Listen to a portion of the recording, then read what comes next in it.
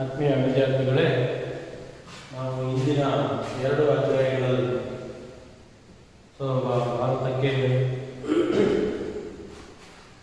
British ಯುರೋಪಿಯನ್ನರ ಆಗಮನ, ಭಾರತಕ್ಕೆ ಯುರೋಪಿಯನ್ನರ ಆಗಮನದಲ್ಲಿ ಹೇಗೆ ಡಚ್ಚರು, ಮೊದಲಿಗೆ ಪೋರ್ಚುಗೀಸರು, ಅನಂತರ ಡಚ್ಚರು, ಬ್ರಿಟಿಷರು, ಫ್ರೆಂಚರು ಹೇಗೆ ಭಾರತಕ್ಕೆ ಜಲಮಾರ್ಗದ ಮೂಲಕ ವ್ಯಾಪಾರದ ಹಿತಾಸಕ್ತಿಗೋಸ್ಕರ ಭಾರತಕ್ಕೆ ಹೇಗೆ ಬಂದರು, ಹಾಗೆ ಇಲ್ಲಿ ಕರ್ನಾಟಕ ಯುದ್ಧಗಳ ಮೂಲಕ ಹೇಗೆ ದೇಶೀಯ ರಾಜಕೀಯ ವ್ಯವಸ್ಥೆಯಲ್ಲಿ ಹಸ್ತಕ್ಷೇಪ ಮಾಡೋದ್ರ ಮೂಲಕ, ಜೊತೆಗೆ ಅವರದೇ ಯುರೋಪಿಯನ್ನರಾಗಿರ್ತಕ್ಕಂಥ ಫ್ರೆಂಚರ ವಿರುದ್ಧ ಹೇಗೆ ಬ್ರಿಟಿಷರು ಹೋರಾಡಿ ಯಶಸ್ವಿಯಾದವು ಅನ್ನುವಂತಹ ಮಾಹಿತಿಯನ್ನು ನಾವು ಮೊದಲನೇ ಅಧ್ಯಾಯದಲ್ಲಿ ಚರ್ಚೆ ಮಾಡಿದ್ದೇವೆ.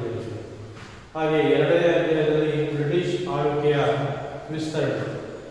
ಈ ಅಧ್ಯಾಯದಲ್ಲಿ ನಾವು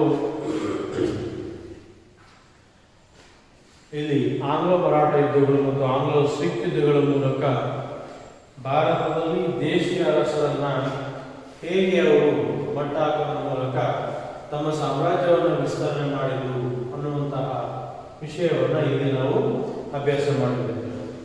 ಇವತ್ತು ಇತಿಹಾಸದ 3ನೇ ಅಧ್ಯಾಯವಾಗಿರ್ತಕ್ಕಂತಹ ಬ್ರಿಟಿಷ್ ಆಳ್ವಿಕೆಯ ಪರಿಣಾಮಗಳು ಅನ್ನುವಂತಹ ಒಂದು ಅಧ್ಯಾಯವನ್ನು ನಾವು ಇಲ್ಲಿ ಚರ್ಚೆ ಮಾಡುವ ವಿದ್ಯಾರ್ಥಿಗಳು.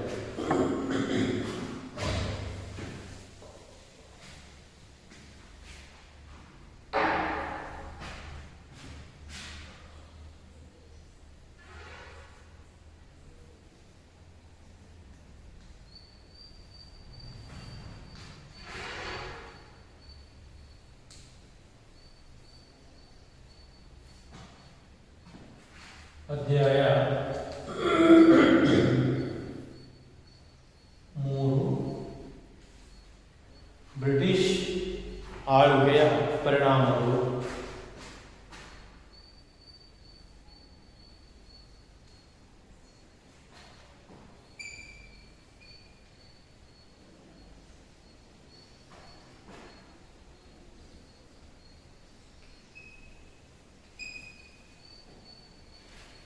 ಬ್ರಿಟಿಷ್ ಆಳ್ವಿಕೆಯ ಪರಿಣಾಮಗಳು. ಈ ಅಧ್ಯಾಯದಲ್ಲಿ ವಿದ್ಯಾರ್ಥಿಗಳೇ, ನಾವಿಲ್ಲಿ ಬ್ರಿಟಿಷರ ಕಾಲಾವಧಿಯಲ್ಲಿ ಬ್ರಿಟಿಷರು ಭಾರತವನ್ನು ಆಕ್ರಮಿಸಿಕೊಂಡ ನಂತರ ಇಲ್ಲಿ ಯಾವ ಯಾವ ರೀತಿಯ ಸುಧಾರಣೆಗಳನ್ನು ಜಾರಿಗೆ ತರ್ತಾರೆ ಅನ್ನುವಂಥದ್ದು. ಅದರಲ್ಲಿ ಮುಖ್ಯವಾಗಿ ಆಡಳಿತ ಮತ್ತು ನ್ಯಾಯಾಂಗ ವ್ಯವಸ್ಥೆಯಲ್ಲಿ ಏನು ಬದಲಾವಣೆಗಳನ್ನು ಜಾರಿಗೆ ತಂದರು, ಹಾಗೆ ನ್ಯಾಯಾಂಗ ವ್ಯವಸ್ಥೆಯಲ್ಲಿ ಪೊಲೀಸ್ ವ್ಯವಸ್ಥೆ, ತದನಂತರ ಸೈನಿಕ ಸುಧಾರಣೆಗಳು, ಆನಂತರ ಅವರು ಜಾರಿದಂತಹ ಭೂಕಂದಾಯಗಳು, ಸಂವಿಧಾನಾತ್ಮಕ ಬೆಳವಣಿಗೆಗಳು, ಹೀಗೆ ಹಲವಾರು ಅಂಶಗಳ ಬಗ್ಗೆ ನಾವು ಈ ಅಧ್ಯಾಯದಲ್ಲಿ ಚರ್ಚೆ ಮಾಡ್ತೇವೆ ವಿದ್ಯಾರ್ಥಿಗಳು. ಮೊದಲನೇದಾಗಿ ನಾವು ನೋಡಿದಾಗ ಭಾರತದಲ್ಲಿ ಬ್ರಿಟಿಷ್ ಈಸ್ಟ್ ಇಂಡಿಯಾ ಕಂಪನಿ ಆರಂಭದಲ್ಲಿ ತನ್ನ ವ್ಯಾಪಾರದ ಹಿತಾಸಕ್ತಿಯನ್ನು ಈಡೇರಿಸುವುದಕ್ಕೋಸ್ಕರ ಮಾತ್ರ ಭಾರತದ ಆಡಳಿತದಲ್ಲಿ ಹಸ್ತಕ್ಷೇಪವನ್ನು ಮಾಡ್ತಾ ಇದ್ರು.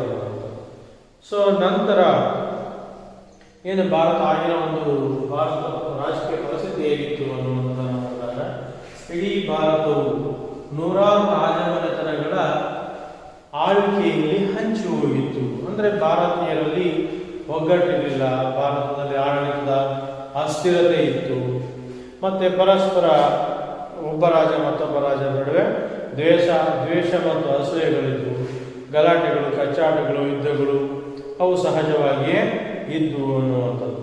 ಇಂತಹ ಒಂದು ರಾಜಕೀಯ ಅಸ್ಥಿರತೆ ಮತ್ತು ಭಾರತದಲ್ಲಿ ಆಡಳಿತದ ನಡುವೆ, ಅಂದರೆ ರಾಜರ ನಡುವೆ ಪರಸ್ಪರ ಸಹಾಯ ಸಹಕಾರ ಮನೋಭಾವ ಇಲ್ಲೇ ಇರೋದನ್ನು ಪರಿಗಣಿಸಿದಂತಹ ಬ್ರಿಟಿಷರು ಒಡೆದು ಆಳುವ ನೀತಿಯನ್ನು ಜಾರಿಗೆ ತರುವುದನ್ನು ಕಾಣ್ತಿದ್ದಾರೆ. ಸೊ ಹೀಗೆ ಒಡೆದು ಆಳುವ ನೀತಿಯನ್ನು ಜಾರಿಗೆ ತರೋದ್ರ ಮೂಲಕ ಅದರಲ್ಲಿ ಕ್ರಮೇಣ ಇಡೀ ಭಾರತವನ್ನು ಅಧೀನಕ್ಕೆ ತೆಗೆದುಕೊಳ್ತಾರೆ. ಕೆಲವು ರಾಜರನ್ನು ತಮ್ಮ ನಿಯಂತ್ರಣಕ್ಕೆ ಒಳಪಡಿಸಿಕೊಳ್ಳುವುದನ್ನು ನಾವಿಲ್ಲಿ ಕಾಣ್ತೀವಿ. ಸೊ ಮುಖ್ಯವಾಗಿ ಅವರು ಇಡೀ ಭಾರತವನ್ನು ತನ್ನ ಅಧೀನಕ್ಕೆ ತೆಗೆದುಕೊಳ್ಳುವಂತಹ ಒಂದು ಪ್ರಕ್ರಿಯೆಯಲ್ಲಿ ಮುಖ್ಯವಾಗಿ ಬಳಸಿದಂತಹ ಕೆಲವೊಂದು ನೀತಿಗಳೇನಿವೆ, ಮಾರ್ಗಗಳೇನಿವೆ, ಅವು ಮುಖ್ಯವಾಗಿ ಸಂಧಾನ ಮತ್ತು ಯುದ್ಧ. ಈ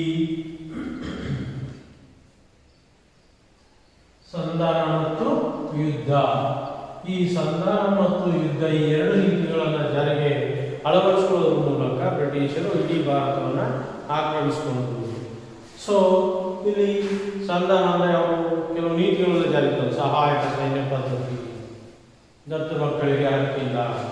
ಈ ಸಹಾಯಕ ಸೈನ್ಯ ಪದ್ಧತಿ ಮತ್ತು ದತ್ತು ಮಕ್ಕಳಿಗೆ ಹಕ್ಕಿಲ್ಲ ಅನ್ನುವಂತಹ ನೀತಿಯನ್ನು ಯಾರು ಒಪ್ಪರು ಅಂಥವರ ಮೇಲೆ ಯುದ್ಧಗಳನ್ನು ಮಾಡೋದ್ರ ಮೂಲಕ ತನ್ನ ನಿಯಂತ್ರಣಕ್ಕೆ ಇವರು ತೆಗೆದುಕೊಳ್ಳುವುದನ್ನು ಕಾಣ್ತೀವಿ ವಿದ್ಯಾರ್ಥಿಗಳು.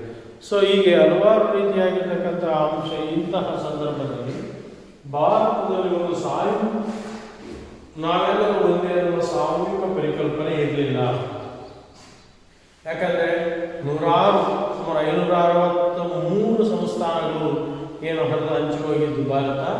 ಅಂತಹ ಸಂಸ್ಥಾನಗಳಲ್ಲಿ ಬೇರೆ ಬೇರೆ ರೀತಿಯಾಗಿರ್ತಕ್ಕಂತಹ ಒಂದು ಆಡಳಿತ ವ್ಯವಸ್ಥೆಗಳಿದ್ದು, ಬೇರೆ ಬೇರೆ ರೀತಿಯ ಕಾನೂನು ವ್ಯವಸ್ಥೆಗಳಿದ್ದು, ಬೇರೆ ಬೇರೆ ರೀತಿಯ ನ್ಯಾಯಾಂಗ ವ್ಯವಸ್ಥೆಗಳಿದ್ದು, ಬೇರೆ ಬೇರೆ ರೀತಿಯ ಆರ್ಥಿಕ ನೀತಿಗಳಿದ್ದು, ಹೀಗೆ ಇಡೀ ಭಾರತ ಒಂದೇ ಆದರೂ ಸಹ ಭಾರತದಲ್ಲೇ ವಿವಿಧ ರೀತಿಯ 106 ನೀತಿಗಳನ್ನು ಆಗಿನ ರಾಜರು ಇದ್ದರು ಅನ್ನುವಂಥದ್ದು.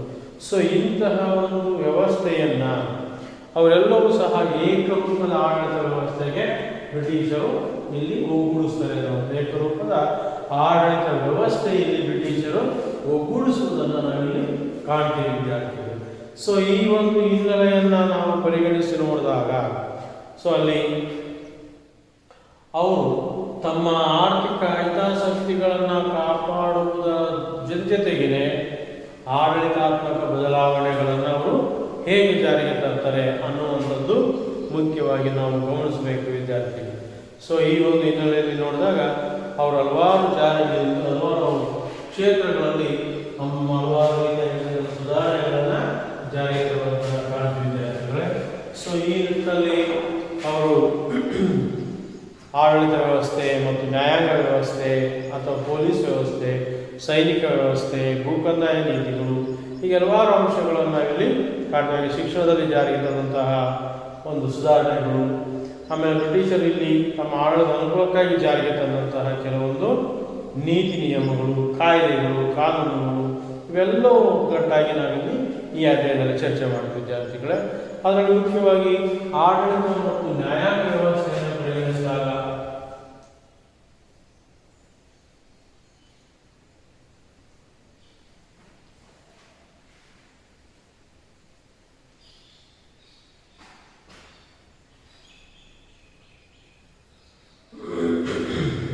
ಅವರು ಜಾರಿಗೆ ತಂದಂತಹ ಆಡಳಿತ ಮತ್ತು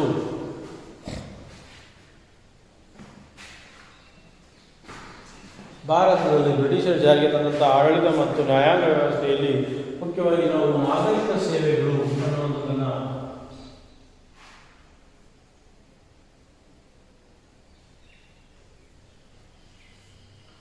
ಈ ನಾಗರಿಕ ಸೇವೆಗಳು ಅನ್ನುವಂಥದ್ದನ್ನು ನಾವು ಗಮನಿಸಿದಾಗ ವಿದ್ಯಾರ್ಥಿಗಳೇ, ಮುಖ್ಯವಾಗಿ ಲಾರ್ಡ್ ಕಾರ್ನ್ವಾಲಿಸ್ ನಾಗರಿಕ ಸೇವಾ ವ್ಯವಸ್ಥೆಯನ್ನು ಭಾರತದಲ್ಲಿ ಮೊದಲಿಗೆ ಕ್ರಮಬದ್ಧವಾಗಿ ಜಾರಿಗೆ ತಂದಿದ್ದಾರೆ. ಯಾರೇಳಿ? Lord Cornwallis. ಇವನು ಭಾರತದಲ್ಲಿ ಬ್ರಿಟಿಷ್ ಈಸ್ಟ್ ಇಂಡಿಯಾ ಕಂಪನಿಯ ಗವರ್ನರ್ ಜನರಲ್ ಆಗಿ ಭಾರತಕ್ಕೆ ಬಂದಂತ ಇವನು ಭಾರತದಲ್ಲಿ ಸುವ್ಯವಸ್ಥಿತವಾಗಿರ್ತಕ್ಕಂತಹ ಒಂದು ನಾಗರಿಕ ಸೇವಾ ವ್ಯವಸ್ಥೆಯನ್ನು ಜಾರಿಗೆ ತರ್ತಾನೆ. ಇಲ್ಲಿ ಈಸ್ಟ್ ಇಂಡಿಯಾ ಕಂಪನಿ ವ್ಯಾಪಾರ ನಡೆಸುವ ಸಲುವಾಗಿ ನೌಕರರನ್ನು ನೇಮಕ ಮಾಡಿಕೊಳ್ಳುವಂಥದ್ದನ್ನು ಪದ್ಧತಿ ಸಹಾಯ. ಅಂದರೆ ಭಾರತದಲ್ಲಿ ಈಸ್ಟ್ ಇಂಡಿಯಾ ಕಂಪನಿಯ ವಾಣಿಜ್ಯ, ವ್ಯಾಪಾರ, ವಹಿವಾಟು, ಆಡಳಿತ ಇವೆಲ್ಲವನ್ನು ನಡೆಸ್ಕೊಂಡು ಹೋಗ್ಲಿಕ್ಕೆ, ಅವುಗಳನ್ನು ಪಾಲಿಸ್ಕೊಂಡು ಹೋಗ್ಲಿಕ್ಕೆ ಈ ಖಾಸಗಿಯಾಗಿ ನೌಕರರನ್ನು ನೇಮಕ ಮಾಡಿಕೊಂಡು ಖಾಸಗಿ ವ್ಯಾಪಾರಿಗಳು ಅವಕಾಶವನ್ನು ಮಾಡಿಕೊಟ್ಟಿತ್ತು ಅನ್ನುವಂಥದ್ದು. ಸೊ ಈ ಅವಕಾಶವನ್ನು ಬಳಸಿಕೊಂಡಂತಹ ಕೆಲವೊಂದು ನೌಕರರು ಅಂದರೆ ಈಸ್ಟ್ ಇಂಡಿಯಾ ಕಂಪನಿಯ ನೌಕರರು, ಅಂದರೆ ಈಸ್ಟ್ ಇಂಡಿಯಾ ಕಂಪನಿಯ ವ್ಯವಹಾರವನ್ನು ನೋಡಿಕೊಳ್ಳೋದಕ್ಕೆ ನೇಮಕಗೊಂಡಂತಹ ನೌಕರರು ಈಸ್ಟ್ ಇಂಡಿಯಾ ಕಂಪನಿಯ ವ್ಯಾಪಾರ ಜೊತೆಗೆ ತಮ್ಮ ಖಾಸಗಿ ವ್ಯಾಪಾರವನ್ನು ಮಾಡೋದಕ್ಕೆ ಅವಕಾಶ ಇತ್ತು. ಇದರಿಂದ ಈಸ್ಟ್ ಇಂಡಿಯಾ ಕಂಪನಿಗೆ ಸ್ವಲ್ಪ ಮಟ್ಟಿಗೆ ಆದಾಯದ ಕೊರತೆ ಆಗುತ್ತೆ ವಿದ್ಯಾರ್ಥಿಗಳು. ಈ ನಿಟ್ಟಿನಲ್ಲಿ ಯಾಕಂತ ಹೇಳಿದ್ರೆ ಅವರು ಈಸ್ಟ್ ಇಂಡಿಯಾ ಕಂಪನಿಯ ವ್ಯಾಪಾರದ ಹಿತಾಸಕ್ತಿಗಿಂತ ತಮ್ಮ ವೈಯಕ್ತಿಕ ವ್ಯಾಪಾರದ ಹಿತಾಸಕ್ತಿಯ ಕಡೆ ಹೆಚ್ಚಿನ ಗಮನವನ್ನು ಹರಿಸುವಂಥದ್ದನ್ನು ಕಾಣ್ತೀವಿ. ಸೊ ಈ ನಿಟ್ಟಿನಲ್ಲಿ ಹಲವಾರು ರೀತಿಯಾಗಿ ಹಣವನ್ನು ಗಳಿಸೋದ್ರ ಮೂಲಕ ಈಸ್ಟ್ ಇಂಡಿಯಾ ಕಂಪನಿಯ ನೌಕರರು ಭ್ರಷ್ಟಾಚಾರಕ್ಕೆ ಈಡಬಾರದು, ಭ್ರಷ್ಟಾಚಾರವನ್ನು ನಡೆಸೋದನ್ನು ಕಾಣ್ತೀವಿ.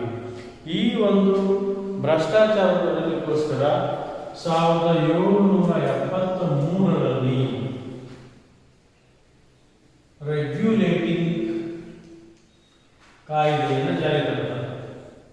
ಈ ರೆಗ್ಯುಲೇಟರ್ ನಿಯಂತ್ರಣ.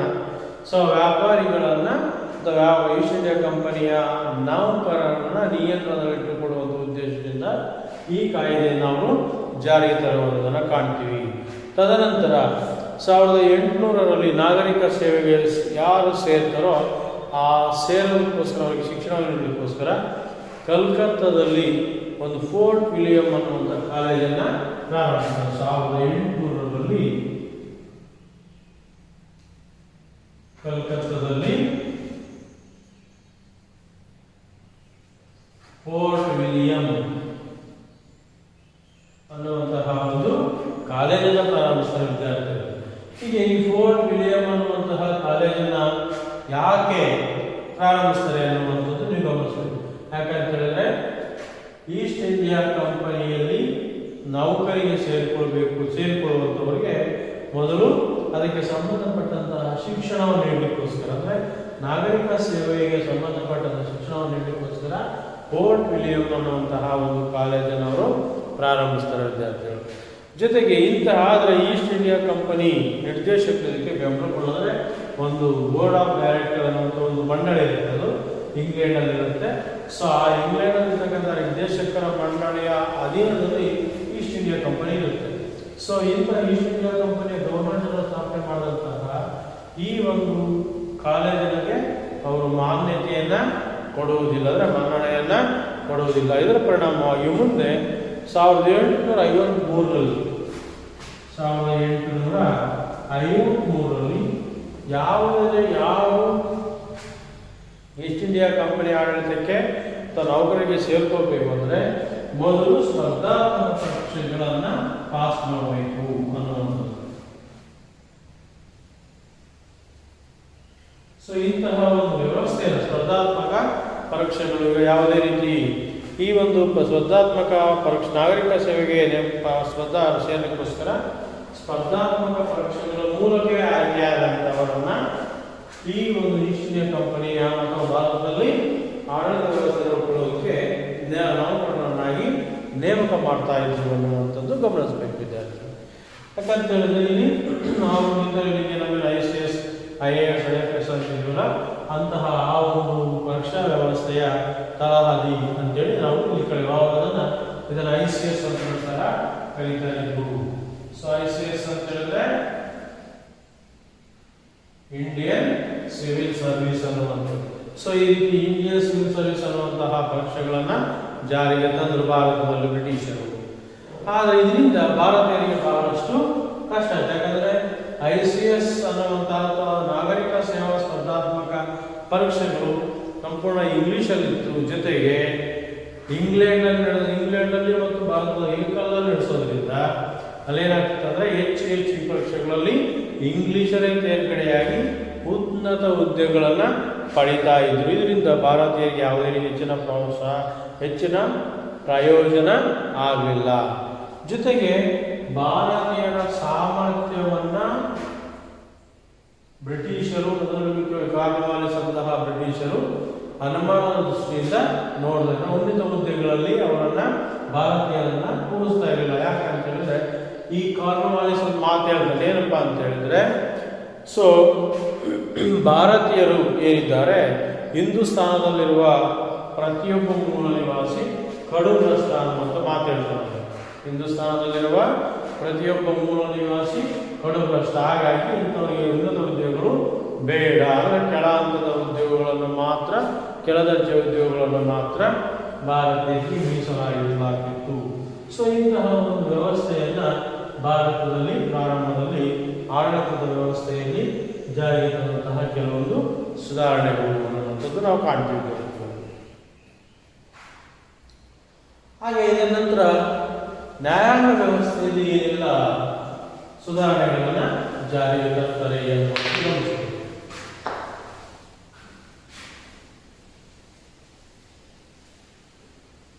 ಇದೊಂದು ಪ್ರಶ್ನೆ ಕೇಳುವ ವಿದ್ಯಾರ್ಥಿಗಳೇ, ಬ್ರಿಟಿಷರು ಭಾರತದಲ್ಲಿ ಜಾರಿಗೊಳಿಸಿದ ಆಡಳಿತಾತ್ಮಕ ಸುಧಾರಣೆಗಳು ಯಾವುವು ಅಂತ ಸಹ ಕೇಳಬಹುದು. ಸೊ ಇನ್ನು ನ್ಯಾಯಾಂಗ ವ್ಯವಸ್ಥೆ ಅಂದರೆ ಭಾರತದಲ್ಲಿ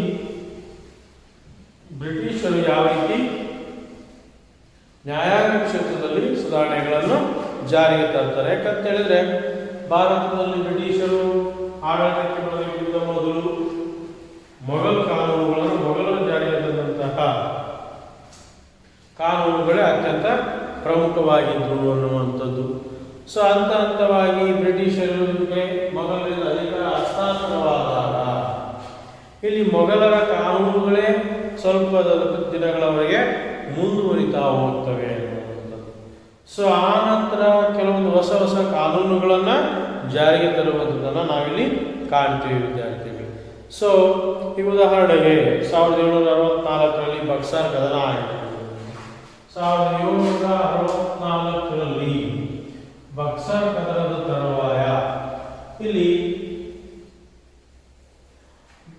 ಇದು ದ್ವಿಮುಖ ಸರ್ಕಾರ, ದ್ವಿಸರ್ಕಾರ ಪದ್ಧತಿ ಅನ್ನುವಂಥದ್ದು ಜಾರಿಗೆ ಬರುತ್ತದೆ. ಸೊ ಆ ದ್ವಿಸರ್ಕಾರ ಪದ್ಧತಿ ಏನಿದೆ, ಈ ದ್ವಿಸರ್ಕಾರ ಪದ್ಧತಿ ಅನ್ನುವಂಥದ್ದು ಜಾರಿಗೆ ಬರುತ್ತದೆ.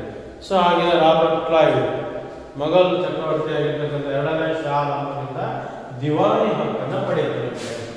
ಸೊ ಈ ದಿವಾನಿ ಹಕ್ಕು ಏನಿದೆ, ಏನು ಭೂಕಂದಾಯ ವಸೂಲಿ ಮಾಡುವ ಹಕ್ಕು ಯಾರಿಗೆ ಯಾರು ಕೊಟ್ಟು? 2ನೇ ಶಾ ಆಲಂ, ಮೊಘಲ್ ಚಕ್ರವರ್ತಿ ಆಗಿದ್ದಂಥ 2ನೇ ಶಾ ಆಲಂ ಹಾಗೆ ಬ್ರಿಟಿಷರಿಗೆ ದಿವಾನಿ ಹಕ್ಕನ್ನು ಬಿಟ್ಕೊಡ್ತಾರೆ. ಸೊ ಇಂತಹ ದಿವಾನಿ ಹಕ್ಕನ್ನು ಪಡೆದಂಥ ಬ್ರಿಟಿಷರು ಭಾರತದಲ್ಲಿದ್ದಂತಹ ರೈತರಿಂದ ಭೂ ಕಂದಾಯವನ್ನು ವಸೂಲಿ ಮಾಡುವಂತಹ ಹಕ್ಕನ್ನು ಪಡೆದರು. ನಂತರ ಇದೇ ಮುಂದೆ ಏನಾಗುತ್ತೆ, ದ್ವಿಸರ್ಕಾರ ಪದ್ಧತಿಯಾಗಿ ಮುಂದುವರಿಯುತ್ತದೆ. ಇಲ್ಲಿ ದ್ವಿಸರ್ಕಾರ ಪದ್ಧತಿ ರಾಬರ್ಟ್ ಕ್ಲೈವ್ ಬಂಗಾಳದ ನವಾಬನಿಂದ 2ನೇ ಶಾ ಆಲಂನಿಂದ ದಿವಾನಿ ಹಕ್ಕನ್ನು ಪಡೆದಾದ್ಮೇಲೆ ಭಾರತದಲ್ಲಿ ದ್ವಿಸರ್ಕಾರ ಪದ್ಧತಿಯನ್ನು ರಾಬರ್ಟ್ ಕ್ಲೈವ್ ಜಾರಿಗೆ ತರ್ತಾರೆ. ಹಾಗಾದರೆ ದ್ವಿಸರ್ಕಾರ ಪದ್ಧತಿ ಅಂದ್ರೆ ಏನು? ಇಲ್ಲಿ ಸಿಂಪಲ್ ಆಗಿ ಅರ್ಥ ಮಾಡ್ಕೊಳ್ಳೋ ವಿದ್ಯಾರ್ಥಿಗಳೇ, ದ್ವಿಸರ್ಕಾರ ಅಂದ್ರೆ ದಿವಾನಿ ಹಕ್ಕು, ಭೂ ಕಂದಾಯ ವಸೂಲಿ ಮಾಡುವಂತಹ ದಿವಾನಿ ಹಕ್ಕು ಬ್ರಿಟಿಷರಿಗೆ ಸೇರುತ್ತೆ. ಹಾಗೆ ಆಡಳಿತಾತ್ಮಕ, ನ್ಯಾಯ ತೀರ್ಮಾನ ಮೊದಲಾಗಿರ್ತಕ್ಕಂತಹ ಆಡಳಿತಾತ್ಮಕ ಕಾರ್ಯಗಳು ಬಂಗಾಳದ ನವಾಬರಿಗೆ ಸೇರುತ್ತೆ. ಇಂತಹ ಒಂದು ಪದ್ಧತಿಯನ್ನ ದ್ವಿಸರ್ಕಾರ ಪದ್ಧತಿ ಅಥವಾ ದ್ವಿ ಆಡಳಿತ ಪದ್ಧತಿ ಅನ್ನುವಂಥದ್ದು. ಅಂದರೆ ಭೂಕಂದಾಯ ವಸೂಲಾತಿ, ನಾಗರಿಕ ಮತ್ತು ಅಪರಾಧ ನಿರ್ವಹಣಾ ವ್ಯವಸ್ಥೆಯನ್ನು ಭಾರತೀಯ ಅಧಿಕಾರಿಗಳಿಗೆ ನೀಡಲಾಯಿತು ಅನ್ನುವಂಥದ್ದು. ಬ್ರಿಟಿಷರಿಗೆ ಭೂಕಂದಾಯ ವಸೂಲಿ ಮಾಡುವಂಥದ್ದು, ಉಳಿದಂಥ ಎಲ್ಲ ಆಡಳಿತ ಪ್ರಕ್ರಿಯೆಗಳು ಭಾರತೀಯರಿಗೆ ನೀಡಲಾಯಿತು ಅನ್ನುವಂಥದ್ದು. ಇಂತಹ ಸಂದರ್ಭದಲ್ಲಿ ಬ್ರಿಟಿಷರು ಆದಷ್ಟು ಹೆಚ್ಚು ವಾದಗಳು, ವ್ಯಾಜ್ಯಗಳು ಉಂಟಾಗುವ ಸಂದರ್ಭದಲ್ಲಿ ಆದಷ್ಟು ಕೇಂದ್ರೀಕೃತ ನ್ಯಾಯಾಂಗ ವ್ಯವಸ್ಥೆಯನ್ನು ಜಾರಿಗೆ ತರುವುದನ್ನು ಕಾಣ್ತೀವಿ. ಜೊತೆಗೆ ಅಲ್ಲಿವರೆಗೆ ಮೊದಲ ಒಂದು ನ್ಯಾಯಾಂಗ ವ್ಯವಸ್ಥೆ ಮುಂದುವರಿತಾ ಬರುತ್ತದೆ. ನಂತರ ಕ್ರಮೇಣ ಮೊಘಲರ ನ್ಯಾಯಾಂಗ ವ್ಯವಸ್ಥೆಯನ್ನ ಹಿಂದಕ್ಕೆ ಸರಿಸಿ ತಮ್ಮದೇ ಆಗಿರ್ತಕ್ಕಂಥ ನ್ಯಾಯಾಂಗ ವ್ಯವಸ್ಥೆಯನ್ನ ಅವರು ಜಾರಿಗೆ ತರ್ತಾರೆ ವಿದ್ಯಾರ್ಥಿಗಳೇ. ಸೊ ಈ ನಿಟ್ಟಿನಲ್ಲಿ ನಾವು ನೋಡೋದಾದ್ರೆ 1772ರಲ್ಲಿ ಗವರ್ನರ್ ಆಗಿ ಬಂದಂತಹ ವಾರನ್ ಹೇಸ್ಟಿಂಗ್ಸ್ ಮಾಡ್ತಾನೆ. 1772ರಲ್ಲಿ ಭಾರತಕ್ಕೆ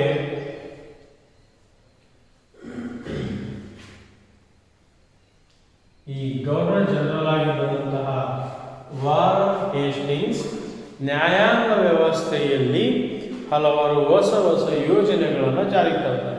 ಅದರ ಪ್ರಕಾರ ಪ್ರತಿ ಜಿಲ್ಲೆ 2 ಬಗೆಯ ನ್ಯಾಯಾಲಯಗಳನ್ನು ಹೊಂದಿರಬೇಕು. ಒಂದು ದಿವಾನಿ ಅದಾಲತ್, ಮತ್ತೊಂದು ಫೌಜದಾರಿ ಅದಾಲತ್. 2 ರೀತಿಯ ನ್ಯಾಯಾಲಯಗಳನ್ನು ಜಾರಿಗೆ ತರ್ತಾರೆ. ದಿವಾನಿ ಅದಾಲತ್, ಎರಡನೇದು ಫೌಜದಾರಿ ಅದಾಲತ್ ಅನ್ನುವಂಥದ್ದು. ದಿವಾನಿ ಅದಾಲತ್ ಮತ್ತು ಫೌಜದಾರಿ ಅದಾಲತ್ ಅನ್ನುವಂತಹ 2 ರೀತಿಯ ನ್ಯಾಯಾಂಗ ವ್ಯವಸ್ಥೆ ನ್ಯಾಯಾಲಯಗಳನ್ನು ಪ್ರತಿ ಜಿಲ್ಲೆಯಲ್ಲಿ ಜಾರಿ ತರ್ತಾರೆ. ಸೊ ಇದು ದಿವಾನಿ ಅದಾಲತ್ ಅನ್ನೋದು ನಾಗರಿಕ ನ್ಯಾಯಾಲಯ. ಹಾಗೆ ಫೌಜದಾರಿ ಅದಾಲತ್ ಅನ್ನುವಂಥದ್ದು ಅಪರಾಧ ನ್ಯಾಯಾಲಯ, ಕ್ರಿಮಿನಲ್ ಕೋರ್ಟ್. ಈಗ ನಾವು ಸಿವಿಲ್ ಕೋರ್ಟ್ ಅಂತ ಮತ್ತೆ ಕ್ರಿಮಿನಲ್ ಕೋರ್ಟ್ ಅಂತ ಕರಿತೀವಿ. ಆ ರೀತಿಯಾಗಿ ದಿವಾನಿ ಅದಾಲತ್ ಮತ್ತು ಫೌಜದಾರಿ ಅದಾಲತ್ ಅನ್ನುವಂತಹ 2 ನ್ಯಾಯಾಂಗ ವ್ಯವಸ್ಥೆಗಳನ್ನು ನ್ಯಾಯಾಲಯವನ್ನು ಜಾರಿಗೆ ತರುವಂಥದ್ದನ್ನು ಕಾಣ್ತೀವಿ. ಸೊ ಇಲ್ಲಿ ದಿವಾನಿ ಅದಾಲತ್ನಲ್ಲಿ ಅಂದರೆ ನಾಗರಿಕ ನ್ಯಾಯಾಲಯದಲ್ಲಿ ಹಿಂದೂ ಮತ್ತು ಮುಸಲ್ಮಾನರಿಗೆ ವಿಭಿನ್ನ ರೀತಿಯಾಗಿರ್ತಕ್ಕಂಥ ನ್ಯಾಯಾಂಗ ವ್ಯವಸ್ಥೆ ಇತ್ತು. ಅಂದರೆ ಹಿಂದೂಗಳಿಗೆ ಹಿಂದೂ ಧರ್ಮಶಾಸ್ತ್ರಗಳ ಆಧಾರದ ಮೇಲೆ ನ್ಯಾಯ ತೀರ್ಮಾನವನ್ನು ಮಾಡಲಾಗುತ್ತದೆ. ಮುಸಲ್ಮಾನರಿಗೆ ಶರಿಯತ್ ಅಂದರೆ ಕುರಾನ್ ಆಧಾರದ ಮೇಲೆ ಶರಿಯತ್ ಕಾನೂನುಗಳ ಆಧಾರದ ಮೇಲೆ ನ್ಯಾಯ ನಿರ್ಣಯವನ್ನು ಕೊಡಲಾಗುತ್ತದೆ. ಸೊ ಈಗಾಗ ಫೌಜದಾರಿ ಅಥವಾ ಅಪರಾಧ ನ್ಯಾಯಾಲಯದಲ್ಲಿ ಇಸ್ಲಾಂ ಧರ್ಮದ ಕಾನೂನುಗಳಂತೆಯೇ ಹಿಂದೂಗಳಿರ್ಬೋದು ಅಥವಾ ಮುಸಲ್ಮಾನರಿರ್ಬೋದು ಎಲ್ಲರಿಗೂ ಇಸ್ಲಾಂ ಧರ್ಮದ ಕಾನೂನುಗಳಂತೆಯೇ ನ್ಯಾಯ ತೀರ್ಮಾನವನ್ನು ಮಾಡಲಾಗುತ್ತಿತ್ತು ಅನ್ನುವಂಥದ್ದನ್ನು ನೀವಿಲ್ಲಿ ಗಮನಿಸಬೇಕು ವಿದ್ಯಾರ್ಥಿಗಳು.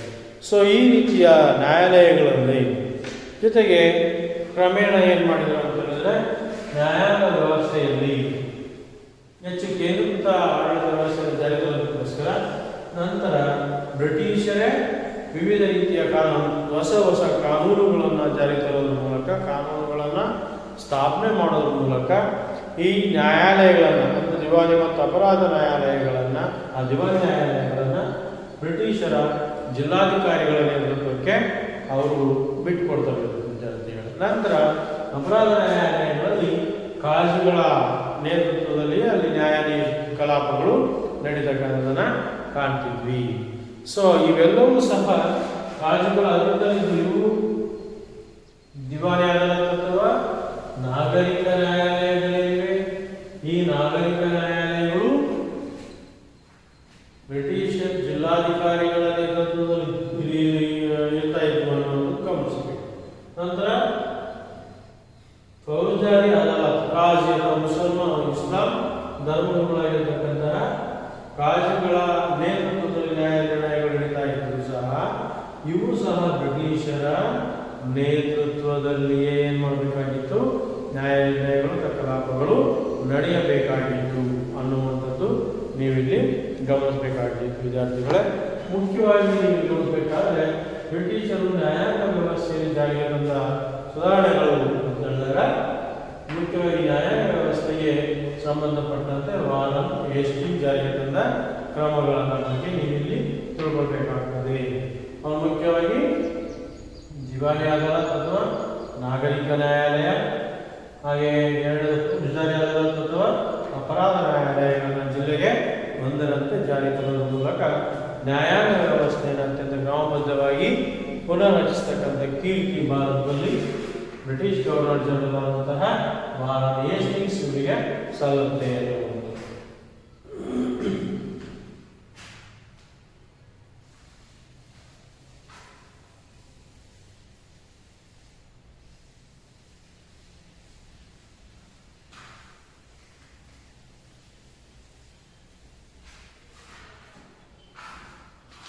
ಸೊ ನಂತರ ವಿದ್ಯಾರ್ಥಿಗಳಲ್ಲಿ ಪೊಲೀಸ್ ವ್ಯವಸ್ಥೆ ಹೇಗೆ ಬಂತು ಬ್ರಿಟಿಷರ ಆಡಳಿತಾವಧಿಯಲ್ಲಿ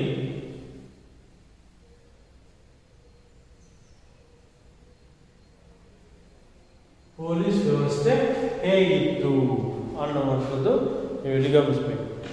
ಸೊ ಇಲ್ಲಿ ಆಂತರಿಕ ಭಾರತದಲ್ಲಿ ಬ್ರಿಟಿಷರ ಅವಧಿಯಲ್ಲಿ ಆಂತರಿಕ ಶಾಂತಿ ಮತ್ತು ಸುವ್ಯವಸ್ಥೆಯನ್ನು ಕಾಪಾಡುವುದರಲ್ಲಿ ಅತ್ಯಂತ ಪ್ರಮುಖ ಪಾತ್ರವನ್ನು ವಹಿಸ್ತಕ್ಕಂತಹ ಒಂದು ವ್ಯವಸ್ಥೆ ಅಂತ ಹೇಳಿದ್ರೆ ಪೊಲೀಸ್ ವ್ಯವಸ್ಥೆ. ಸೊ ಈ ಪೊಲೀಸ್ ವ್ಯವಸ್ಥೆ ಏನಿದೆ ಭಾರತದಲ್ಲಿ ಅತ್ಯಂತ ಕ್ರಮಬದ್ಧವಾಗಿ ರಚಿಸಲ್ಪಟ್ಟಿದ್ದು ಯಾರ ಕಾಲದಲ್ಲಿ ಅಂತ ಹೇಳಿದ್ರೆ ಲಾರ್ಡ್ ಕಾರ್ನ್ವಾಲಿಸ್ ಅವರ ಕಾಲ. ಬ್ರಿಟಿಷ್ ಅಥವಾ ಈಸ್ಟ್ ಇಂಡಿಯಾ ಕಂಪನಿಯ ಗವರ್ನರ್ ಜನರಲ್ ಆದಂತಹ ಲಾರ್ಡ್ ಕಾರ್ನ್ವಾಲಿಸ್. ಸೊ ಈ ಲಾರ್ಡ್ ಕಾರ್ನ್ವಾಲಿಸ್ ಭಾರತದಲ್ಲಿ ಪೊಲೀಸ್ ವ್ಯವಸ್ಥೆಯನ್ನ ಕ್ರಮಬದ್ಧಗೊಳಿಸ್ತಾ. ಸೊ ಈ ಒಂದು ವ್ಯವಸ್ಥಿತವಾದಂತಹ ಪೊಲೀಸ್ ವ್ಯವಸ್ಥೆ ಜಾರಿಗೆ ಬಂದಾಗ ಸೂಪರಿಂಟೆಂಡೆಂಟ್ ಆಫ್ ಪೊಲೀಸ್ ಅಥವಾ SP ಅಂತ ಕರಿತೀವಿ ಈಗ. ಸೊ ಇಂತಹ ಅಂದರೆ ಒಂದು ಜಿಲ್ಲೆಗೆ ಒಬ್ಬ ಪೊಲೀಸ್ ಮುಖ್ಯ ಅಧೀಕ್ಷಕ ಅಂತ ಕರಿತೀವಿ.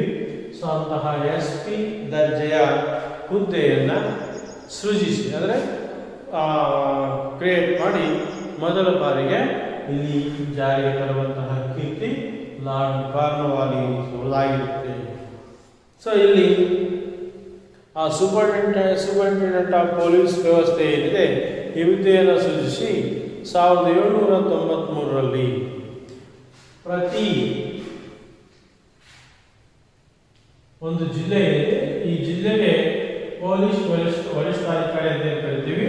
ಈ ಜಿಲ್ಲೆಗೆ ಪೊಲೀಸ್ ವರಿಷ್ಠಾಧಿಕಾರಿ ಸೂಪರಿಂಟೆಂಡೆಂಟ್ ಆಫ್ ಪೊಲೀಸ್ ಆದ್ರೆ SP ಆದರೆ ಈ ಜಿಲ್ಲೆಯನ್ನ ಹಲವಾರು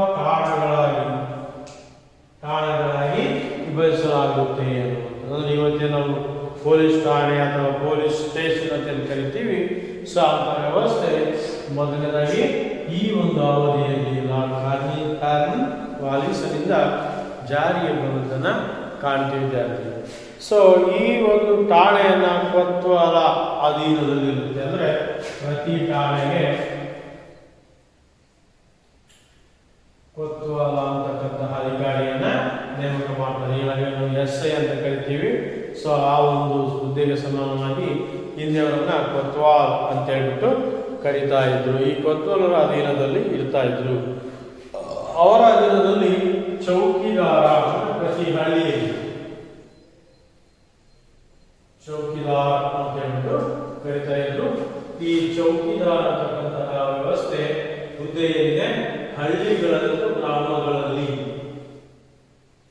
ಗ್ರಾಮಗಳಲ್ಲಿ ಏನು ಕಳ್ಳತನ, ಕೊಲೆ, ಮೋಸ ಇಂತಹ ಒಂದು ಅಪರಾಧ ಕೃತ್ಯಗಳನ್ನ ದರೋಡೆಗಳನ್ನ ನಿಯಂತ್ರಿಸುವ ಜವಾಬ್ದಾರಿ ಈ ಕೊತ್ವಾಲ್ ಮತ್ತು ಚೌಕಿದಾರನ್ನು ಪ್ರಮುಖವಾಗಿ ಇವರ ಮೇಲೆ ವರಿಷ್ಠಾಧಿಕಾರಿಯಾಗಿ ಪೊಲೀಸ್ ಸೂಪರಿಂಟೆಂಡೆಂಟ್ ಆಫ್ ಪೊಲೀಸ್ ಅಂತಕ್ಕಂತಹ ಹುದ್ದೆ ಇತ್ತು ಅನ್ನುವಂಥದ್ದು ಗಮನಿಸಬೇಕು.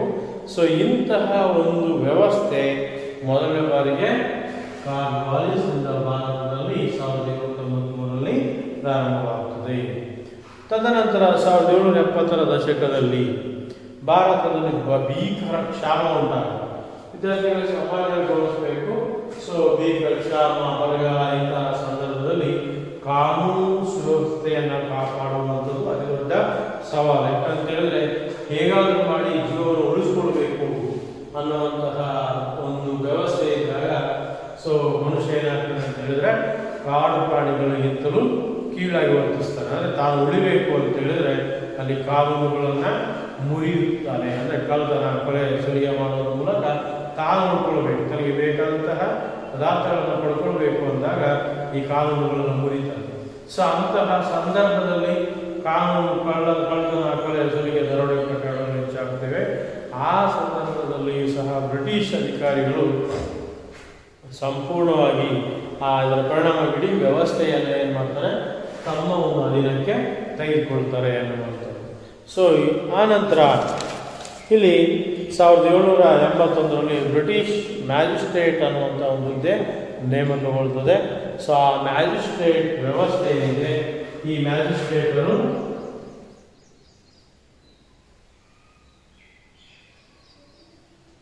ಈ ಮ್ಯಾಜಿಸ್ಟ್ರೇಟ್ ವ್ಯವಸ್ಥೆ ಈ ಮ್ಯಾಜಿಸ್ಟ್ರೇಟ್ ಜಿಲ್ಲೆಗೆ ಬರುತ್ತೆ. ಮ್ಯಾಜಿಸ್ಟ್ರೇಟರನ್ನು ನೇಮಕ ಮಾಡಿ ಅದರ ಅಧೀನಕ್ಕೆ ಪೊಲೀಸ್ ಇಲಾಖೆಯನ್ನು ಪೊಲೀಸ್ ವ್ಯವಸ್ಥೆಯನ್ನು ಅಧೀನಕ್ಕೆ ಒಳಪಡಿಸುವಂಥದ್ದನ್ನು ಕಾಣ್ತೀವಿ ವಿದ್ಯಾರ್ಥಿಗಳು. ಸೊ ಈ ನಿಟ್ಟಿನಲ್ಲಿ ಇನ್ನೂ ಹೆಚ್ಚಿನ ಒಂದು ಕ್ರಮದಲ್ಲಿ ಪೊಲೀಸ್ ವ್ಯವಸ್ಥೆಯನ್ನು ಜಾರಿ ತರಲಿಕ್ಕೋಸ್ಕರ 1841ರಲ್ಲಿ ಪೊಲೀಸ್ ಕಾಯ್ದೆಯನ್ನು ಜಾರಿ ತಂದರು. ಪೊಲೀಸ್ ಕಾಯ್ದೆ. ಸೊ ಈ ಪೊಲೀಸ್ ಕಾಯ್ದೆಯನ್ನು ಜಾರಿಗೆ ತರುವುದರ ಮೂಲಕ ಏನಾಗುತ್ತೆ ಅಂತ ಹೇಳಿದ್ರೆ ಇನ್ನೂ ಹೆಚ್ಚಿನ ಪ್ರಮಾಣದ ಪೊಲೀಸ್ ವ್ಯವಸ್ಥೆ ಅತ್ಯಂತ ಪ್ರಮುಖವಾಗಿ ಇದಾಗುತ್ತೆ ಅನ್ನುವಂಥದ್ದು ಗಮನಿಸಬೇಕು ವಿದ್ಯಾರ್ಥಿಗಳು. ತದನಂತರ 1902ರಲ್ಲಿ ಪೊಲೀಸ್ ಕಮಿಷನ್ ಕಾಯ್ದೆ ಅನ್ನುವಂಥದ್ದನ್ನು ಜಾರಿಗೆ ತರ್ತಾರೆ. 1902ರಲ್ಲಿ ಜಾರಿಗೆ ತಂದ ಪೊಲೀಸ್ ಕಮಿಷನ್ ಕಾಯ್ದೆ ಏನಿದೆ, ಈ ಪೊಲೀಸ್ ಕಮಿಷನ್ ಕಾಯ್ದೆ ಕನಿಷ್ಠ ವಿದ್ಯಾರ್ಹತೆ ಹೊಂದಿದವರನ್ನು ಮಾತ್ರ ಪೊಲೀಸರನ್ನಾಗಿ ನೇಮಕ ಮಾಡುವಂತಹ ವ್ಯವಸ್ಥೆಯನ್ನು ಈ ಕಾಯ್ದೆಯ ಮೂಲಕ ಇವರು ಬ್ರಿಟಿಷರು ಜಾರಿಗೆ ತರುವುದರ ಮೂಲಕ ಈ ಭಾರತೀಯರ ಆದರೆ ಯಾವುದೇ ಕಾಯ್ದೆಗಳು ಜಾರಿಗೆ ತಂದರೂ ಸಹ ಬ್ರಿಟಿಷ್ ಅಧಿಕಾರಿಗಳಿಗೂ ಮತ್ತು ಭಾರತೀಯರ ಮಧ್ಯೆ ಹಲವಾರು ತಾರತಮ್ಯಗಳು ಸಹ ಇಲ್ಲಿ ಇತ್ತು ಅನ್ನುವಂಥದ್ದು ನೀವು ಗಮನಿಸಬೇಕು ವಿದ್ಯಾರ್ಥಿಗಳು.